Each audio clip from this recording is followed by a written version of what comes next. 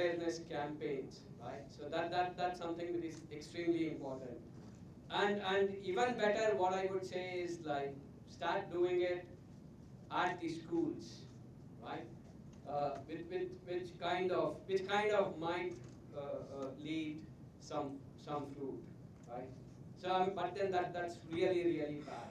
It has physiological consequences, psychological consequences, social consequences. It's really bad. I think that's the last question, right? Yeah. Because you came up, I said if there's one more question, I'll take. Yeah. I'm sorry. Yeah, please go ahead. If you have questions, please go ahead. So when I saw the incredible work, first of all, thank you so much. When I saw the possibilities and limits of the technology and the area of Gulbarga, I felt like they come from two different worlds. So I wanted to ask your opinion on how to rapidly make the acceptance of technology. Because of Corona, every home is having a phone right now. So what occurred to me is these rural women, there's a very distinct language, dialect here. Even the Kannada is different from the Mangalore Kannada. So what if apps were made in that dialect, which were not just written, which were also audible, which speaks back to us in our own language, in the Dakhini language, or say in the Gulbarga Bidar Kannada dialect, then would women be much more, it will be user friendly. So will it affect or have a greater impact on that? And connecting this to yesterday's, as Hariharan Mama said, if we teach children to be the adult monitors, because in households we usually see that mothers are not taken care of. So if children are taught how to use those apps and how to and if it's in their own language, do you think this process will become faster? Yeah, thank you. That's right. It's going to happen. To give you a short answer, there are a lot of apps which are being developed, right? But the question is about the validation. The question is about the accuracy. The question is about the data security there, right? So language, and that's why I said it's going to make health accessible. Language is going to be no bar, and there are going to be very innovative ways in which it's going to happen. And to answer your second part of the question, yes, of course, children are great change agents. If there's any way, that's one of the reasons why I said educate on menstrual health or fertility health to children, right? It's going to change faster, right? Any other question? So I think we will end it now.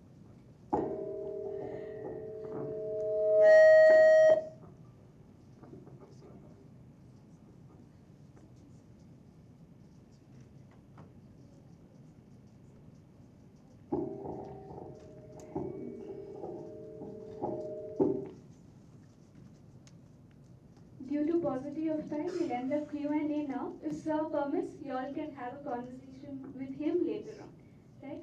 Sir, your presentation was indeed an eye-opener on various social realities, and I am sure that all of us empathized with what the rural population is struggling with, and we truly appreciate the meticulousness and the effort with which you have conducted this study. Thank you again for sharing your experience with us. I invite Ms. Simran Soni to felicitate Sir with a memento as a token of our appreciation and gratitude.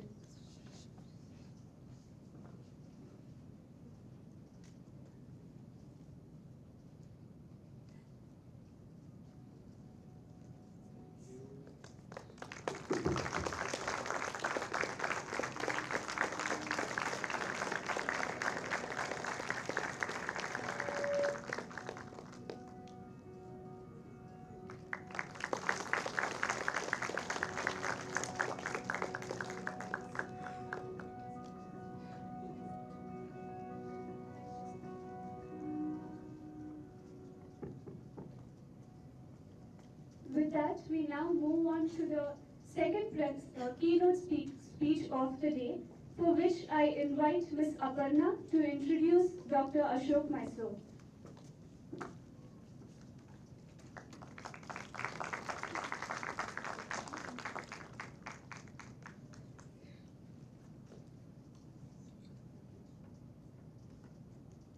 Respected dignitaries present here and my dear conference delegates, I hope you all are having a good time here. It's my privilege to introduce the keynote speaker of the next session, Dr. Ashok. Dr. Ashok Mysore Visvesvaraya, Professor, Department of Psychiatry, St. John's Medical College Hospital, Bangalore, and Head, Center of Advanced Research and Excellence in Autism and Developmental Disorders. He was one of the founding members of the postgraduate training program in psychiatry that leads to MD Psychiatry in 1997. He has successfully supervised MD residents in their dissertation, and many of them are now serving academic positions in leading institutions in various countries. Along with several colleagues, he is leading UG training and faculty development for the Indian Psychiatric Society. He has special expertise in managing autism and has several state and national public, including the Indian Council for Medical Research and the Union Ministry of Health agencies as the consultant. He has evaluated the baseline and endline status of Early Intervention Center of Latika Roy Memorial Foundation for the same agency. He has been involved in delivery of various clinical services for children with autism spectrum disorder since 1999. He has been involved with several instrument development, WHO Depression Identification Instrument for India, Panic and Anxiety Measures for India, Adolescent Depression Scale for India, and Adaptational Tasks, Social Communication Questionnaire, Vinland Adaptive Behavior Scales 2, tasks since 2010, and has been instrumental in launching new service models and begun evaluating them.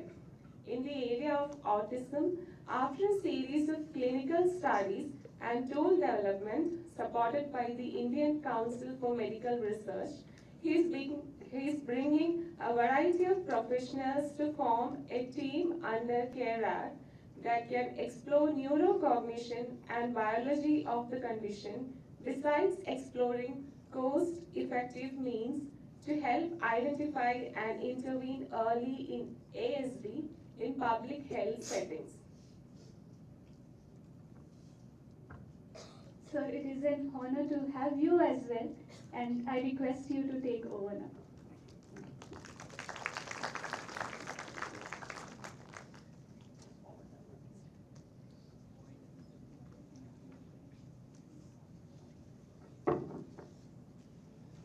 Good morning to you all, and thank you for that introduction. I know where you took all the details from, because I did send a 4-liner sales slide. Thanks for reminding me of some of the activities. Thank you.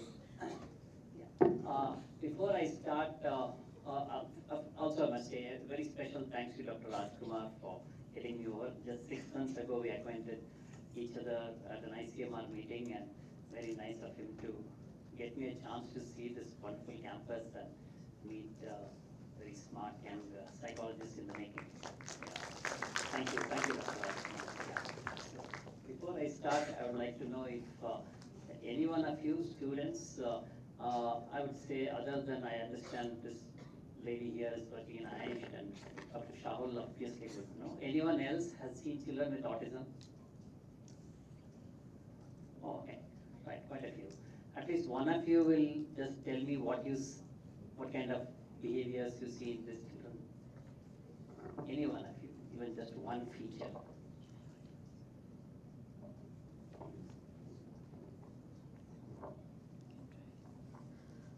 They have a lot of behavioral as well as sensitive issues, Okay. such especially skin situation issues are there. Okay, Body so they movements have are got there. very unusual kind of sensory responses the brain comes up with. They may either not be sensitive to some sensation, sometimes might very sensitive to some sensation, sometimes they're seeking out for certain sensations, so they may keep doing certain activities to get that sensation. Yeah, so that's one definitely hallmark of And autism. also Anything else? Yeah. body movements. Yeah, they do a lot of activities to get stimulation to multiple senses, which for us might appear very unusual, but somehow their brain is programmed to kind of want that circuit going like that. Repetitive behaviors. Yeah. A lot of repetitive behaviors may be rooted in sensory issues, but even otherwise, Yes. and yeah.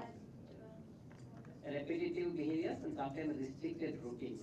Okay, like from morning they'll exactly want to follow the same routine, slight deviation, even the change in the route they are being taken to school or something can lead to a big tantrum. So either it can be repetitive behaviors and or lot of restricted routines. And they may be particularly good at that, but they just get stuck on that. Yeah. They are on in their own world. They have. Wonderful, wonderful. So you've definitely seen a child with autism. There's a funny saying that the autism community keeps coming up with. If you've seen one child with autism, you've seen one child with autism. So they keep saying all autism children are so very varied. They have multiple types of features. And yeah, social communication difficulties, they tend to have difficulty in connecting with the simplest of way in which a 6-month baby can connect with other adults. I mean, just the fact that, if I turn this side and quite a few of you will turn and look at the screen. I mean, I don't need to even consciously think that you're going to do so. Yeah, my brain just knows automatically that you're going to turn that side and see. So these are called joint attention. Even a 6-month baby, 9-month baby knows that if you push up the head of the parent or somebody to look side, it means the baby knows that parent is being told, and parent is understanding that I'm supposed to see there and see something that the child is showing. But even this kind of basic predictions about how the other people work, the children with autism, their brains are not able to make. Therefore, they have great difficulty in engaging with people. Not that they don't want to, but they have great difficulty in engaging with people. In the process, the language development also suffers, and they develop unusual deviances in their language and so on. So, while they may have intellectual ability, there's a general cognitive ability to do a lot of things that can vary from being very severely disabled on one level to being extremely intelligent on the other. So that's a separate dimension that runs across the autism spectrum disorders as they are called. While these two features, social communication difficulties and restricted routines and repetitive behaviors, these are very hallmark of autism. I just want you to keep that picture in mind. We can think about how you feel technology can help us identify these things early and actually also see how we can actually intervene and follow up this. The features per se are not integral for the technology, but it's actually having the interventions and adapting that into technology that is where the challenge comes. Some of my initial slides are all just to tell about our own center, which I guess has been covered to some extent by the person introducing. So this center has been set up only through philanthropic grants. It's and like I keep getting asked by ICMR and DBT, it's from resident Indian individual grants, not from anything abroad. As part of our work, we see a lot of youngsters with a lot of functional challenges with communication, language, and learning, and we are trying to develop computational models to assist with early identification using play behavior protocols, something that I'll share with you all. And also see if we can make use of EEG and MRI data to actually develop some kind of predictive models. So this is where I work. This is the St. John's Medical College Hospital. Not sure how should I point this. Where would you like to? This is the unit of hope. Is the building where our center is housed and part of the team.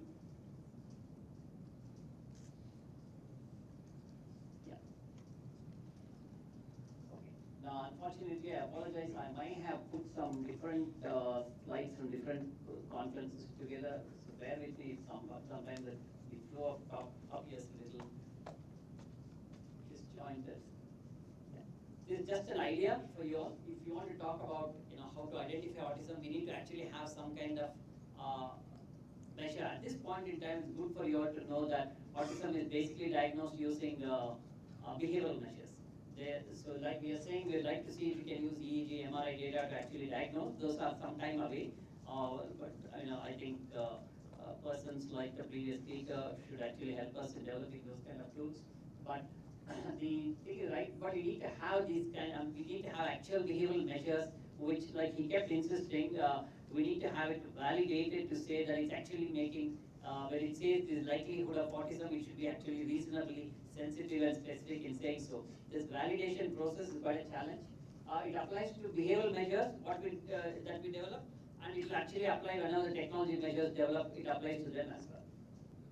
So whether we should screen for general developmental delays, okay, or should we screen for all specifically for autism? Now this is one theme that will keep coming across. Then there will be, you can screen sometimes using some measures, say whether likelihood of autism or not, but some of the measures are actually for saying how severe is the autism. That may be not the same as a screening tool. Okay, and sometimes you have measures which are actually diagnostic, where it is equivalent to a clinician saying that this person definitely has autism. So screening, severity, diagnostic, they are all different terms, and every measure developed, whether you use technology or use pen and paper, these are all different things to keep in mind. And of course, screening measures will be based on age. Sometimes you have certain features of autism coming up below 1.5 years of age. Then certain features of autism show up only after 1.5 years of age. So what happens is, if you have a screening tool that is probably not using the measures that come after 1.5 years of age, then you may not actually identify that in older children, for example. So you need to keep a lot of these things in mind. And then, should it be like, using apps? Should it be large-scale surveillance? Everybody is being tracked. Okay, it sounds good on paper. The kind of technology needed, the platforms needed, maintaining of those platforms, and also being very sure about the validity of these measures, they're all mind-boggling tasks. Okay, so large-scale surveillance or clinical screening, just if somebody goes to a pediatrician, can the pediatrician quickly screen, right? And of course, the key topic for today, which is pen and paper versus digital measures. Yeah, I just don't forget about the last 3 lines. One thing I want to let you know, in the context of autism, there's something called the Rashtriya Bala Swasthya Karikram. Right? Now, this is a flagship venture of the Union Ministry. What they want to do is district early intervention centers. That is their model. They want to have at every district hospital, and if possible larger taluk hospitals, they want to have early identification and early intervention centers. Only thing is, they have said who will be the staff there. There will be only one nurse who will be staffing there. So now you can imagine right now, this infrastructure is at least it's on plan, it's on paper, the plan exists, but this place is desperately needing some models to say how we are actually going to identify children early, how are they going to, for example, connect with Anganwadis maybe, how are they going to connect with maternity child centers, immunization programs, how are they actually going to connect with them, identify children who are at risk, and then also provide interventions. Now while the plan is there and they're trying to implement this at the district level, the entire service system desperately needs models for identification as well as for intervention in particular. I'm just giving you a couple of names. You can Google and read about them. Track and Act, Watch Me Grow. These are basically kind of screening apps that other countries are using in their community health programs. Now I'll dwell a little more on this thing that we're trying to do. I'll just read out so you get focused on what that is there. To design a culturally relevant play behavior based protocol means we want children to play. We have them actually playing with their staff, and we have them playing with their own parent, right? And then we need to now in that pick up behaviors that happen. For that, as a part of study, so we need to have children with other developmental disorders who don't have autism. We need to have children who are normal children, and all of them go through the same protocol. There's a fixed number of things we get the child to do. They all participate in it. The mother or the nurse actually make them do that.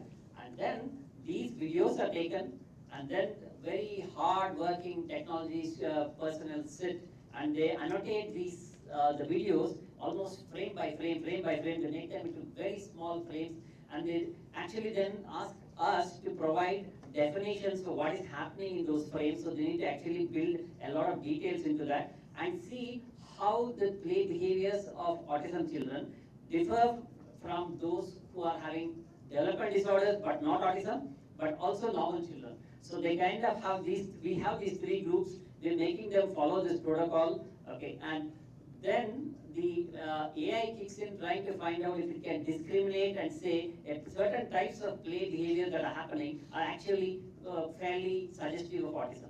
Right now, that is the whole idea. It's a work in progress.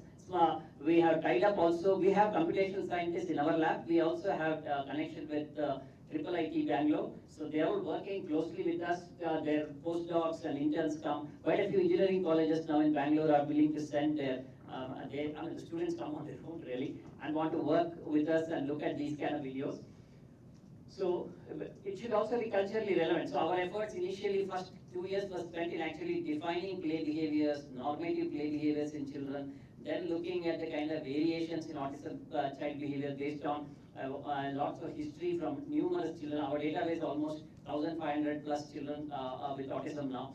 So there's a whole lot of very young children that we are beginning to see. We kind of get to survey their play behaviors. We try to include how a protocol in such a way that those discriminating features in their play can be actually identified. Now that part has been done to some extent. We need to probably keep improving. But then the thing is, then the question of cameras. I mean, if we initially, some very good kind funder who was also a technology person himself, he suggested a camera that cost almost 25 lakhs. And we were so excited because the kind of pictures that came were more than what you would actually you can see in real life. They were so crystal clear, so much details. But we dropped the idea because if we want to really set it up for public health settings, and all the district centers and the taluk centers have to be observing children at play and sending the videos to some place for making this decision about whether it's autism or not. We can't be having such very expensive cameras lined up in all these places. That's not going to happen. What happens then when you go for cheaper cameras? The problem is then the developing the AI algorithm becomes difficult. There's a lot of noise. They are not so clear images. So they have to really work with, and then to have an applicable technology, the computational model that can clearly do the discrimination becomes harder because the data coming in is not so clean, right? But we need to accept that if we have to work in things, the final goal being it has to go to public health settings. We kind of accepted many of these things and we are working with that now. And there's need for multiple annotators, there's a lot for inter-rater reliabilities, and if even experts, are they agreeing on what kind of behaviors are actually happening? So there's a lot of hard work involved there before we all say that this is the behavior that we're going to go. Of course, finally we'll have to see how well the computation model discriminates that. We have been finding some preliminary statistical analysis shows discriminant behavior in social smile, eye contact, initiation of social interaction, and social engagement. So this has been very encouraging and we're trying to fine tune these processes now. So don't worry about this. I told you many of these things. It looks as simple as this. If you notice one behind the psychology interns backside, there's one camera there, there's one behind that lady, there are 2, 3 coming from these angles. So, and there is one system that kind of mixes all this data and helps in giving clean frames for every minute for annotation. We are trying to keep the toys very simple. We're trying to keep the protocols very simple. The challenge is, it's so everywhere you hear, make it simple, make it culturally adapted, make it simple. What happens is for computational models, the data starts becoming more and more complex to discriminate. All the children may do similar things. If they do similar things with those toys, then the model won't be able to discriminate them, right? So we need to actually use in a creative way to actually elicit the behavior that you want. So the cameras will capture that, and then the computer can actually discriminate the behavior. That is the challenge in all these models. Yeah, these are just some papers that have been going out.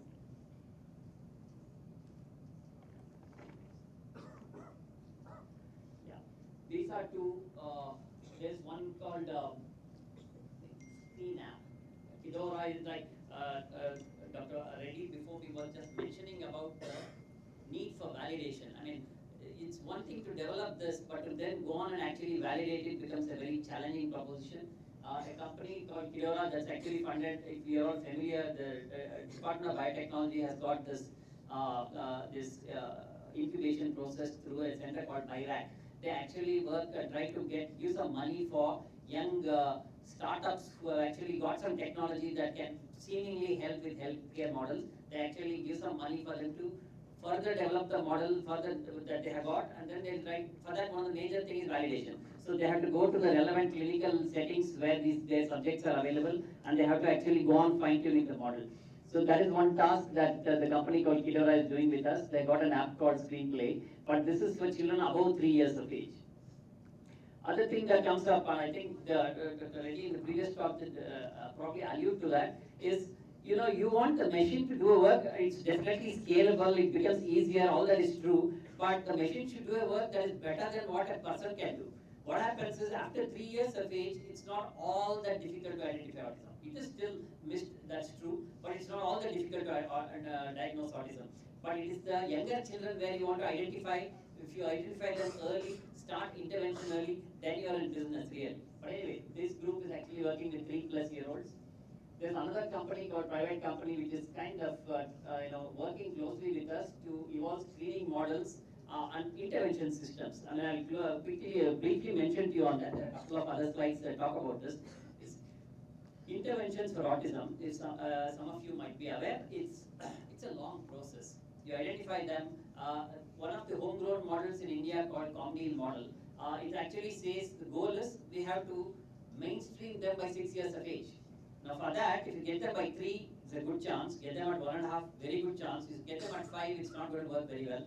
Okay, then they'll probably take 7, 8, 9 before they get into mainstream, and after that they may not get accepted into mainstream. All these challenges start coming.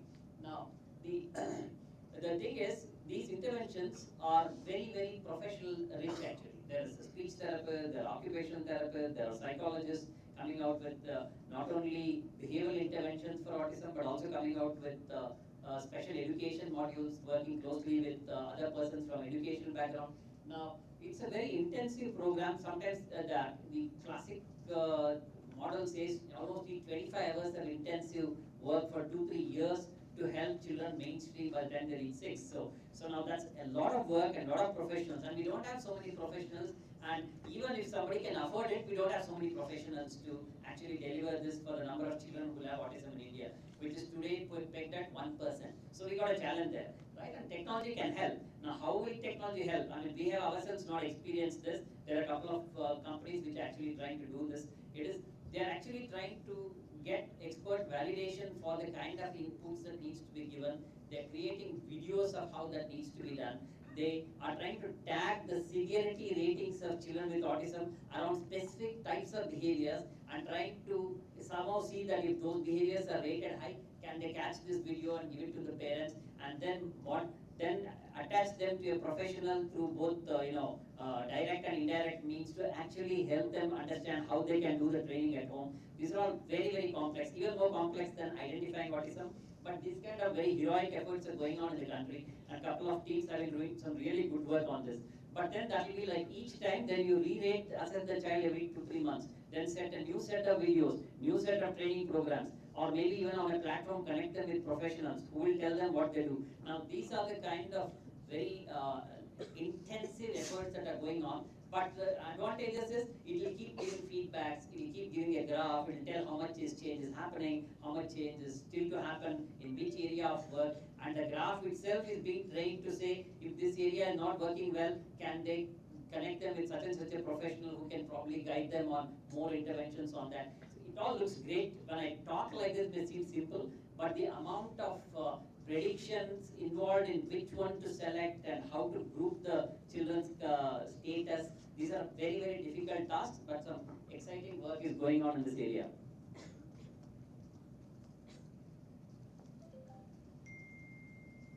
Start is another, I'll just briefly mention about their work.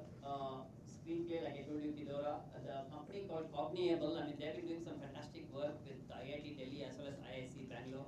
They're really well into developing interventional models online so that their parents don't need to leave their house at all. And like I said, we are using play tools. Another thing is, as psychologists, you would have heard in all your tools development, one of the common words you keep hearing about is validity. You keep hearing about, is this valid? I mean, can somebody tell me what is validity? Anybody can tell me what is validity? Is it measuring what it is supposed to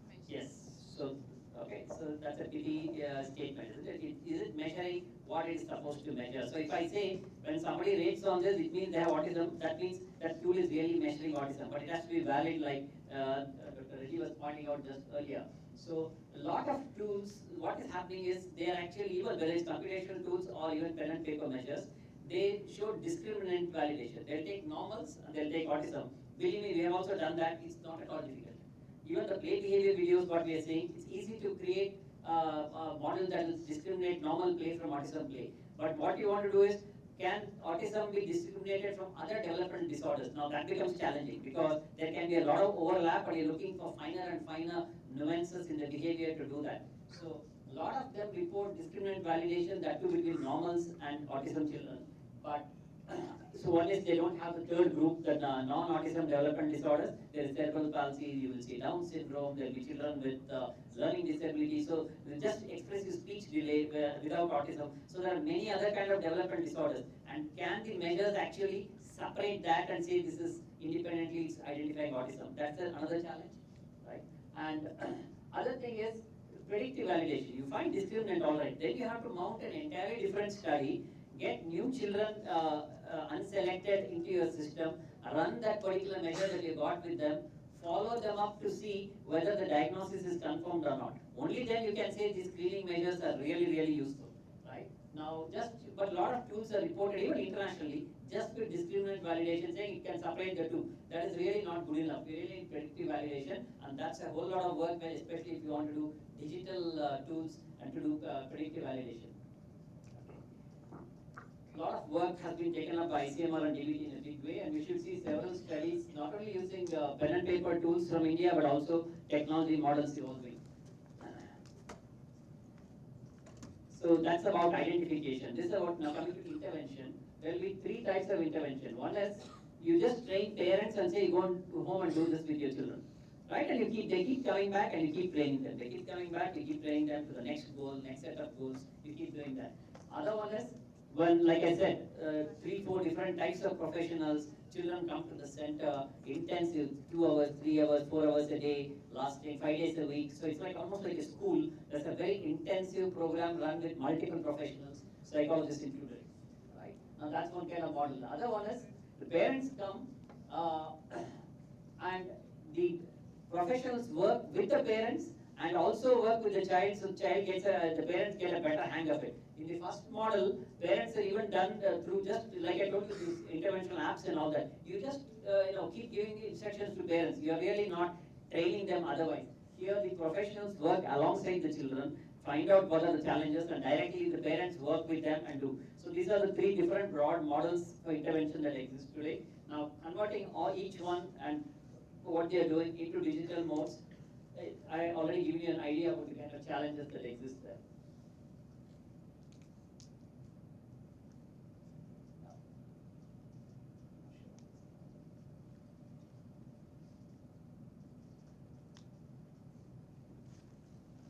And what we have got behavioral models like applied behavior analysis. Psychologists, all of you should actually learn about this model.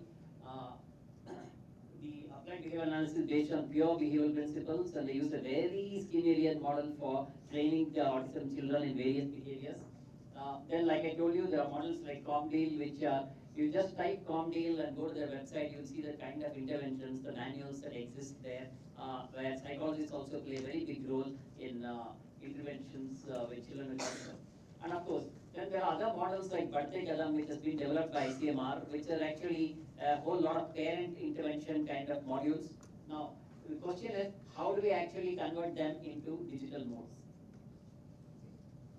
Forget the second line. They're all small little models. What happens is there are many of these other models that are looking at one little part of autism for a short duration of time. It doesn't mean that all aspects of autism are covered. They are all shown as like the WHO's program called Caregiver Skills Training, the CST. It's just about 15 sessions, and parents in the process just become aware of autism and how they should connect with their children. Doesn't mean that every challenge with this child is actually they have learned through the program how to deal with these children. So there are many small, short programs like this that I mentioned there, which are actually, I mean, it may appear a little easier to do, but mind you, the goal of those will be just some kind of an intro into where interventions that parents need to do, but the real interventions tend to run across a long period of time. You have to keep that in mind. Again, when we think about the RBS scale, like I told you already, we think of interventional packages that can be delivered by frontline workers or parents. Because whatever you do, given the size, the numbers, we keep hearing about it, the number of professionals, even with this kind of large intake of psychologists into universities, and it's going to take a long time before we'll have a dedicated team of specialists who can intervene with children with autism.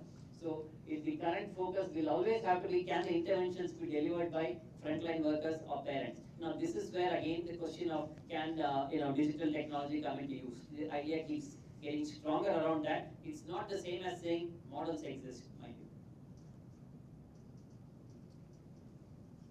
Yeah, there is a little bit for you all to know that this act actually is the first time the government recognized autism. And there's still 2016, as far as the government was concerned, there's no autism. Government of India did know. 2012, we were part of a consultative meeting, so they didn't know about autism, but really formally recognizing and saying now the government will do something for it, it started flowing only after this act came into play. Why I'm saying that is, there's some wonderful initiatives which are not going under this act actually. Now, they're also looking at rules related to transportation, information and communication. I wasn't myself aware of it till a few months ago when I realized that, don't worry about this particular program. There's a Department of Empowerment of Persons with Disability in the Union Ministry. Now, they have come out with Sugamya Bharat Abhiyan. Now, their thing is, they got these goals on information, communication and transportation. And flowing from the act, they are trying to see how every aspect of societal functioning, the keeping in mind the requirements and the PWD, the ICT can be, guidelines can be set up, standards can be set up. If somebody develops an app, actually the government is setting up standards for how that you have to make sure all these features are available so that it will really be useful. Now, this is something, I'm quite impressed that, in a very short span of time, the government of India has actually got its act together on this. They're developing standards on how apps should be developed. Okay, it's one thing to think about developing computational models, but they are saying, and that too, for persons with disability. I'll just give you a few, some of the kind of guidelines that are coming up will talk about how can you actually make sure that there'll be captions coming in all TV programs which can be disability friendly, for example. Now, the point I'm making there is, while on one hand we are talking about developing digital models for intervention and identification, government is setting standards for how these can be made really disability friendly, and I think that is something which is a really big advance. And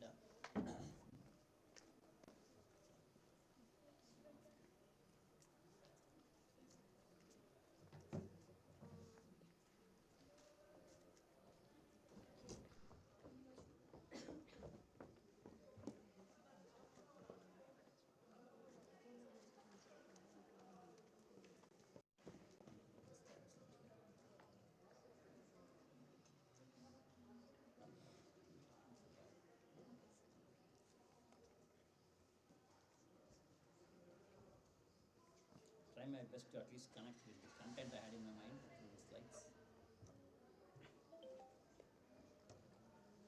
This is extension of digital supports for conferences and so on.